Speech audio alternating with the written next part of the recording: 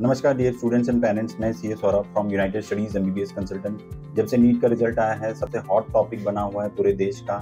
इनमें कुछ अहम मुद्दों पे चर्चा चल रही है, जैसे कि किन स्टूडेंट्स को ग्रेस मार्क्स दिए गए और क्यों दिए गए, पेपर लीक का मुद्दा, हरियाणा के एक ही सेंटर पे 6 स्टूडेंट्स टॉपर्स लिस्ट में हैं, 67 स्टूडेंट्स को 720 आउट ऑफ 720 मार्क्स कैसे मिल सकते हैं, कुछ स्पेसिफिक एग्जाम सेंटर्स पे गड़बड़ी और 718 और 719 नंबर कैसे मिल सकते हैं। यही सारे मुद्दे चर्चा का विषय बने हुए हैं। इन्हीं सब मुद्दों से परेशान होकर स्टूडेंट्स ने सुप्रीम कोर्ट का दरवाजा खटखटाया है और सुप्रीम कोर्ट का आज ऐतिहासिक फैसला आया है री नीट को लेकर। चलिए सबसे पहले जानते हैं कि ग्रेस मार्क्स क्यों और किन स्टूडेंट्स को दिया गया है। नीट के कुछ सेंटर्स जैसे कि मेघालय, हरियाणा, छत्तीसगढ़, सूरत और चंडीगढ़ में स्टूडेंट्स ने कंप्लेन किया कि उनको सही समय नहीं मिला, एग्जाम में उनको टाइम लॉस हुआ, इस वजह से उनको ग्रेस मार्क्स दिया जाए। एनटीए ने इसकी सफाई दी कि हमने नॉर्मलाइजेशन मेथड के तहत जिन बच्चों का लॉस हुआ टाइम का, उसके तहत इनको 718 और 719 नंबर दिए हैं। कुछ स्टूडेंट ने सेंटर मैनिपुलेशन की भी बात करी,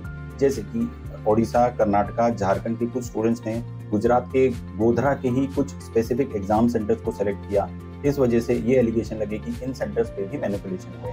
क्वेश्चन पेपर लीक के मामले में सुप्रीम कोर्ट का अभी तक कोई सुनवाई नहीं आई है, बट हमारे education minister mister Dharmendra Pradhan जी ने कहा है कि पेपर लीक नहीं हुआ है और एग्जाम सही तरीके से कंडक्ट कराया गया है। लेकिन एनटीए ने 63 स्टूडेंट्स को अनफेयर मीन्स ऑफ प्रैक्टिसेस के लिए दोषी ठहराया है, जिसमें से उन्होंने 12 बच्चों को 3 साल के लिए डिबार किया गया, 9 बच्चों को 2 साल के लिए और 1 बच्चे को 1 साल के लिए नीट एग्जाम से डीबार कर दिया गया है। इसके अलावा 32 स्टूडेंट्स का रिजल्ट विथहेल्ड में है, जिनका रिजल्ट कार्रवाई के बाद उनका रिजल्ट डिस्प्ले किया जाएगा। चलिए जानते हैं कि आज सुप्रीम कोर्ट में फाइनल वर्डिक्ट क्या था।